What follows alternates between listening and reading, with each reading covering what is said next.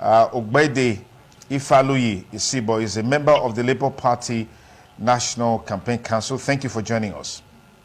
Thank you, sir. Thank you for having me. We also have with us already, you can see him on the screen.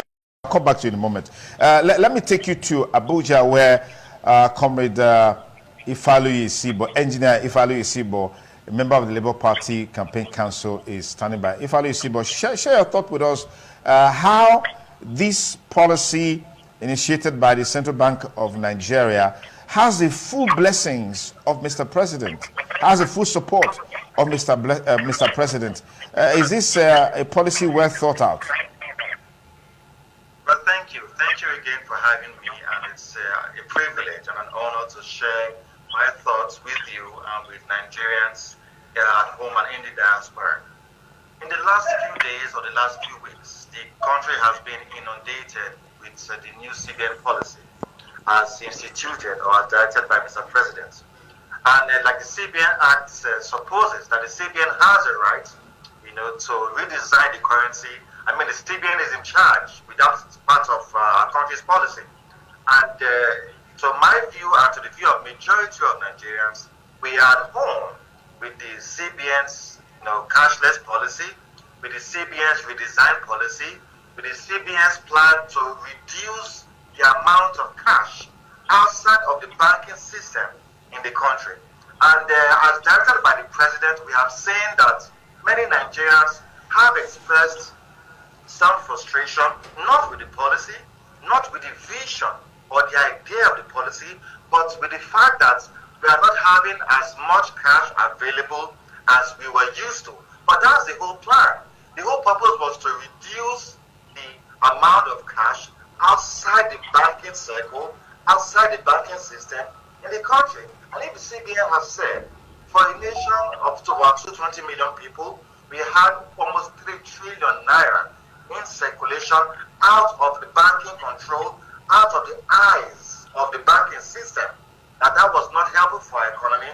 That was helping the reduction in the value of the naira. That was increasing inflation, and that was increasing the propensity for which fraudsters or terrorists could, manipulate people to bring money to them. And they said, okay, for several factors, let us take out the excess cash in the system, reintroduce a new naira note, and reduce the amount of cash circulation in the system. That is in line with global practice. Every developed or developing nation has adopted that model of making the people do more electronic transactions as against carrying of cash. It makes it easy and it prevents armed robbery. For example, a shop owner who has a grocery store. We have had cases several times of armed robbers getting into the store, catching away with the money. But if it is that store has 3 to 4 POS machines, and customers, 60% or 70% of them are having to do electronic transactions, we have limited the propensity for thieves to steal our monies.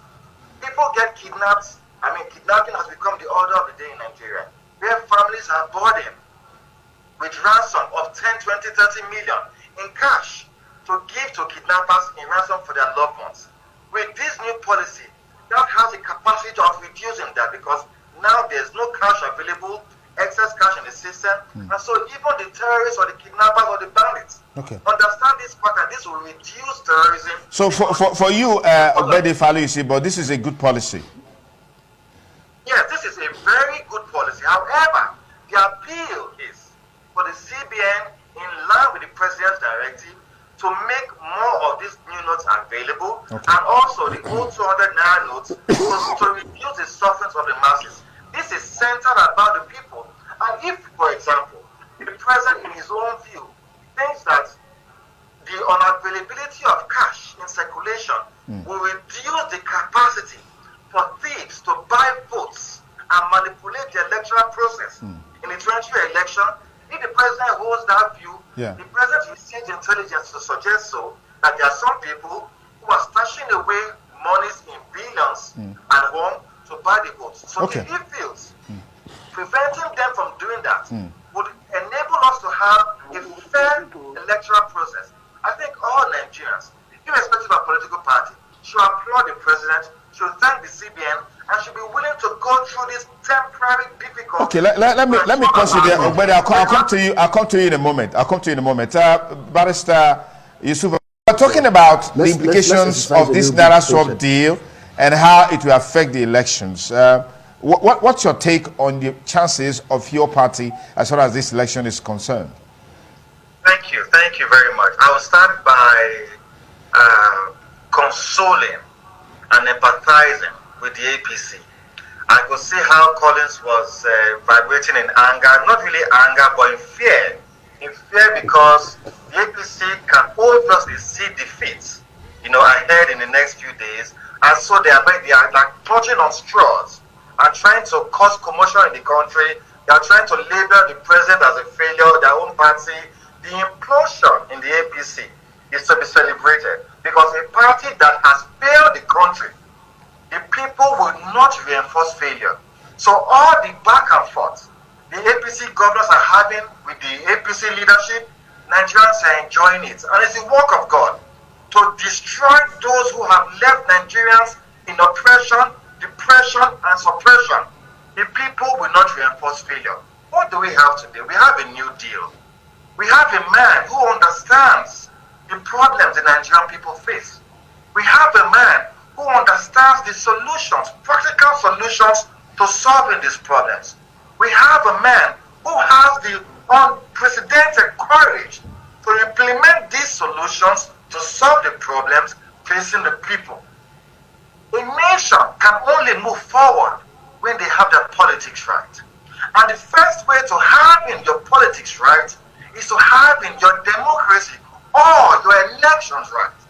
When elections are a result of the will of the people, when the elections are seen to project the opinion of the people, then those who are elected will be held to account, and they will understand that they owe the people the duty to serve them and to serve efficiently.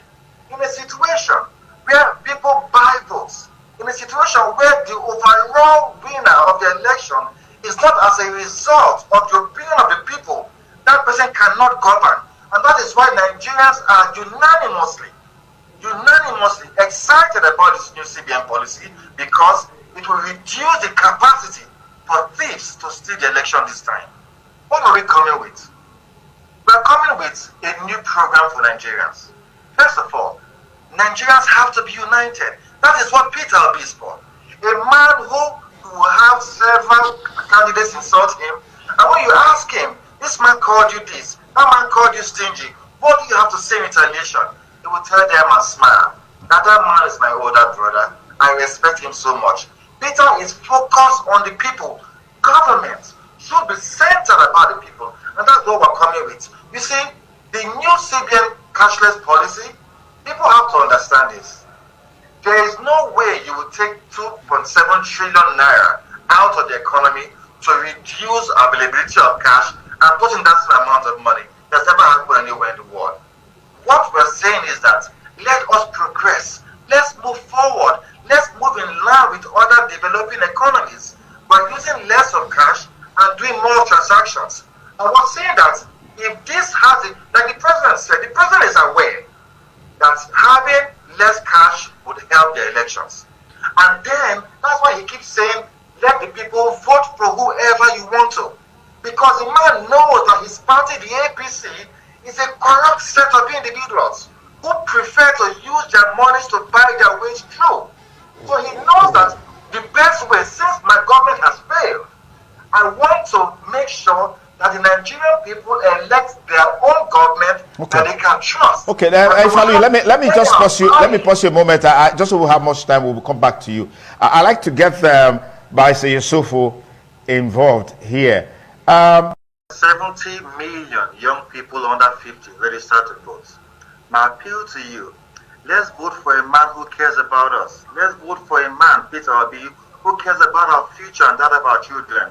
Let's pull in one direction. Let's young people wake up together and take our country, our destiny in our own hands. Let's pull our votes in one direction and elect a man who wants to transform our country. We need a country where we can provide for ourselves, consume what we produce and produce what we consume. That's the focus of the Peter Obi government. All right. That time that besides our old friends have told us, it's time for us to take our nation in our own hands and build a Nigeria we'll be proud of that we can be. I'm sure I'm going to have the same time. Okay, Collins, yes, you just keyed me on now. Just go ahead and take your 30 seconds.